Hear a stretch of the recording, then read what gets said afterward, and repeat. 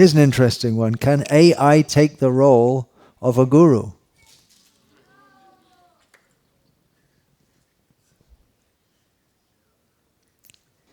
Even if theoretically AI could, it can't.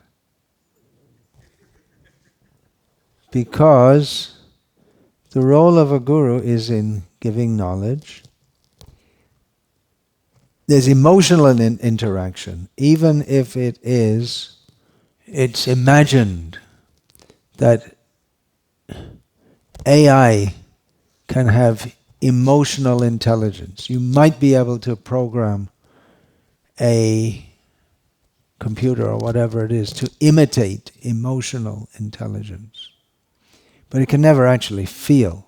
It's the old example of you can have a sensor which is programmed. When a red light shines on it, it says, and a voice comes out, I see a red light. But it's not seeing a red light. There's no person there.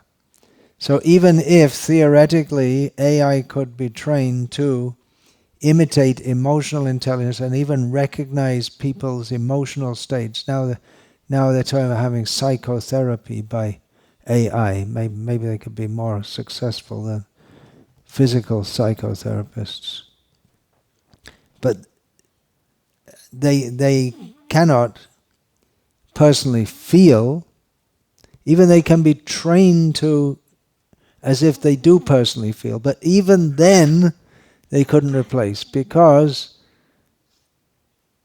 the guru takes, what do we sing every morning? Sangsara davan alalirtha loka tranaya karanya ghana ghana tvam praptasya kalyana gunarna vasya vande karoshi charnaravinda. Guru takes mercy from the ocean of mercy, who is Krishna.